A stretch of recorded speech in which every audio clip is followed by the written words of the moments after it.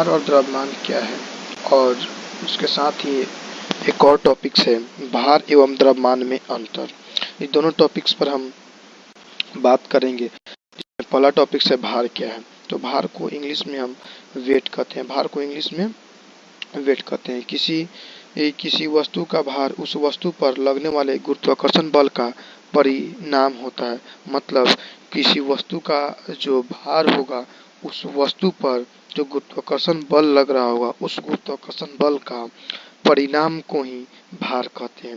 अब दूसरा टॉपिक आता है मास। मास को हिंदी में द्रव्यमान कहते हैं।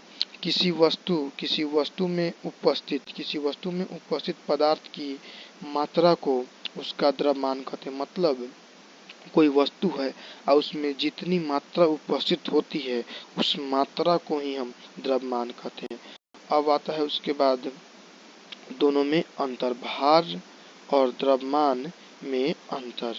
तो भार का अंतर में पहला टॉपिक है भार गुरुत्वाकर्षण के प्रभाव पर निर्भर करता है। भार जो है वो गुरुत्वाकर्षण के प्रभाव पर निर्भर करता है। मतलब किसी वस्तु का जो भार है वो इस बात पर सीधा निर्भर करता है कि गुरुत्वाकर्षण बल का परिमाण कितना है।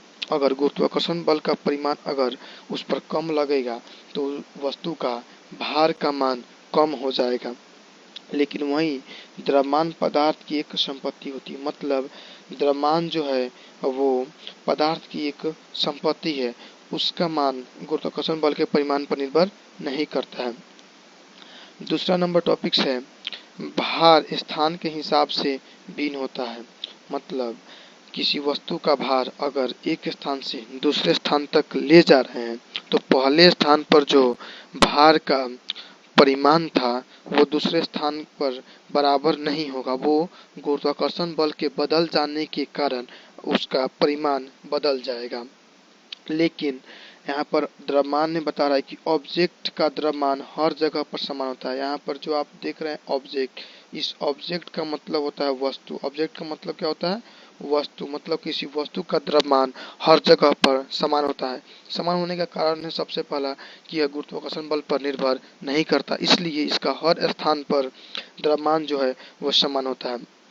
तीसरा नंबर टॉपिक है इसका कि वजन गुरुत्वाकर्षण के प्रभाव पर निर्भर करता है। मतलब किसी वस्तु का जो वजन है वो गुरुत्वाकर्षण बल के प्रभाव पर निर्भर करता है और गुरुत्वाकर्षण बल का प्रभाव ज़्यादा लगेगा तो उसका वजन भी ज़्यादा होगा। वजन स्थान के हिसाब से भी होता है। मतलब स्थान बदलेगा तो जाहिर सी बात है कि गुरुत्वाकर्षण बल भी बदल जाएगा। जब गुरुत्वाकर्षण बल बदल जाएगा तो उसका परिणाम बदल जाएगा। जब परिणाम बदल जाएगा तो उसका वजन भी बदल जाएगा।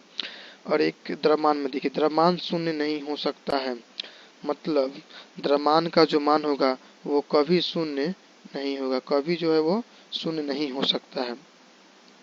उसके बाद वाला टॉपिक देखिए, चौथे नंबर टॉपिक से देखिए, उच्च या निम्न गुरुत्वाकर्षण के साथ भार बढ़ता या घटता है। मतलब अगर गुरुत्वाकर्षण बल का परिणाम उच्च हो तो भार का मान बढ़ता है, लेकिन अगर गुरुत्वाकर्षण बल का परिणाम अगर निम्न हो तो उसका मान घटता है।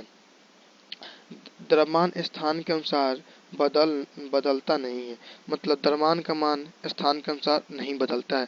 भार एक वेक्टर राशि है। भार एक वेक्टर राशि, वेक्टर जो है वो इंग्लिश वर्ड है, इसको हिंदी में कहते हैं सदिश राशि। भार जो है वो एक सदिश राशि है, उसका परिमाण और दिशा जो है वो बदलती रहती है गुरुत्वाकर्षण के कारण, इसलिए उसको वेक्टर राशि कहा जाता है। लेकिन द्रव्यमान जो है वो एक स्केलर मात्रा का मतलब वह अदिश राशि, इसकी परिमाण है, इसकी परिमाण कुछ न कुछ होती है, इसकी परिमाण है और पृथ्वी या अन्य गुरुत्वाकर्षण केंद्र की ओर निर्देशित होती है। इसका दिशा निश्चित होती है, इसलिए ये जो है वेक्टर राशि है, लेकिन इसकी दिशा निश्चित नहीं होती। द्रव्यमान को मापने के लिए तराजू का प्रयोग होता है।